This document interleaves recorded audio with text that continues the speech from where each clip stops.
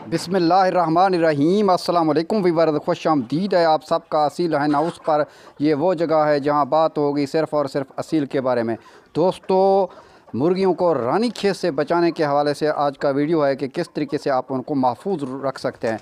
वाज़ेह रहे दोस्तों, ये जो है ना दोस्तों, वैक्सीन बिल्कुल भी नहीं है दोस्तों। ये जो है ना दोस्तों, सिर्फ़ और सिर्फ बतौर एहतियात अगर हफ्ते में 1-2 मरतबा आप ये लहसुन, प्याज, हरी मिर्च इनको काट के अपने मुर्गियों के सामने पेश करेंगे तो इंशाअल्लाह अज़्ज़ व जल आपके परिंदे जो है ना रानीखेत जैसी बीमारियों से महफूज रह सकते हैं। NDIB, एंडी लसोटा, गम्बोरो वगैरह की बीमारियों से आपके परिंदे 100% महफूज रह सकते हैं। लेकिन आपको फिर भी वैक्सीन हर सूरत में करना है। वाज़ेह रहे कि ये वैक्सीन का कम मकाम बिल्कुल भी नहीं है।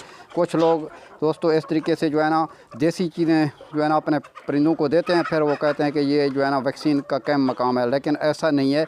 फिर भी ये 50 से 40% जो है ना परिंदों के क़ुव्वत मुदाफ़ियत को बूस्ट करने में बहुत बेहतरीन है। इससे परिंदे जो है ना रानीखेत और दूसरे बीमारियों से महफूज रह सकते हैं।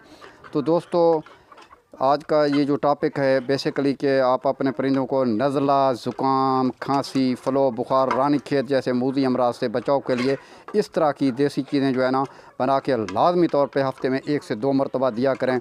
तो इंशाअल्लाह आप दोस्तों इस तरीके के देसी चीज़ें देंगे तो आपके परिंदे जो है ना 100% नज़ला, ज़ुकाम, खांसी, फ़्लू, बुखार, रानीखेत जैसे जो है ना वायरल बीमारियों से महफूज रह सकते हैं। उम्मीद है कि ये आज की इन्फॉर्मेटिव वीडियो आपको पसंद आई। वीडियो पसंद आई तो वीडियो को लाइक लाजमी तौर पे कर दें।